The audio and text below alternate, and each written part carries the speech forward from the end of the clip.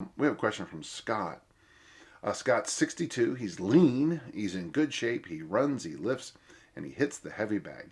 Had a garage gym years before COVID and recently retired last December. Well, good for you. Everything's good, but I'm having a tough time focusing on sticking to one lifting plan. It's interesting because that was the opening monologue. If 5 days is good, 6 is probably better. But then there's 5-3-1. Ooh, look at that. Arnie twice a day split. Maybe circuit training every day is best, etc., etc. It's a kind of therapy to lift, but I need your sage advice. What, if any, benefits are there to keeping it simple? And how the heck would you, as a great coach, get me out to shut the monkey mind up? Well, when it comes to programs, I got to tell you, it's rare that I see a program from someone I respect that's just crappy.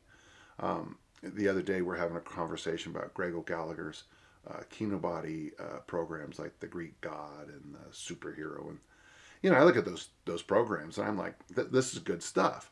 And then I look at Rusty Moore's fat loss programs and I say, this is really good stuff. And I look at Jim Wendler's 5-3-1 and I slap myself on the forehead and say, this is really good stuff. I look at Tommy Kono's 3-day-a-week weight Olympic lifting program and I'm like, man, if we get people to do this kind of thing, So almost universally, Scott, programs are good.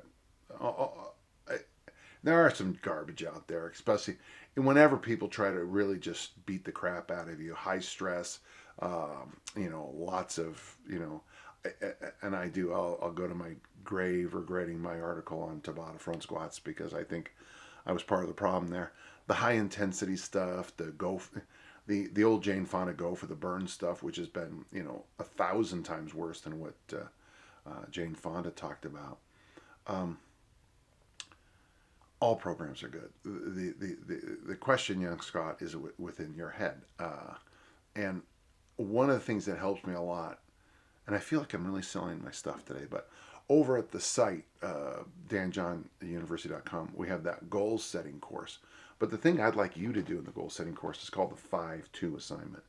And the first thing is, you look ahead 2 decades. That's the first 2. And for you, that'll be when you're 82. And I want you to come up with some ideas. I mean, you're just recently retired. Ideally, at 82, you'll still have some money. I hope you've got your debts paid off. And 2 decades from now, at 82, what do you want to be doing? And then the next thing is, 2 years from now, you'll be my age, 64. And maybe ask those questions: financial, physical, social. It could be something as simple as, is there a hobby or thing you always want to do? You wanted to write the great story of your life, or you write your poetry. 2 years out, if you're telling me you want to write poetry, and 2 years from now you still haven't put ink to paper yet, and you're just talking. And of course, for adults, we use 2 weeks as the next one, and then 2-day and tomorrow. But what I'd like you to think a little bit about is the 2-decade one first for you, because I'd like to know what you're thinking about down the line, how you want to feel. I do like Art Devaney's point about training as an older person, is that vanity is a good thing. A lot of the people I've listened to and read the stuff on, bodybuilders in their late 90s and things, is that if you look good, you tend to feel good and move good past 80.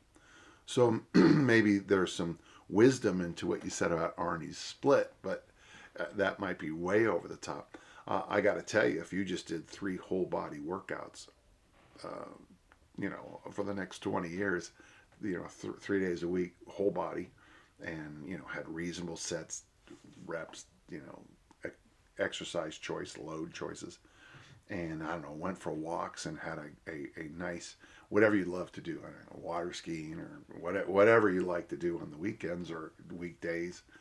One of my favorite memories was when I met a guy.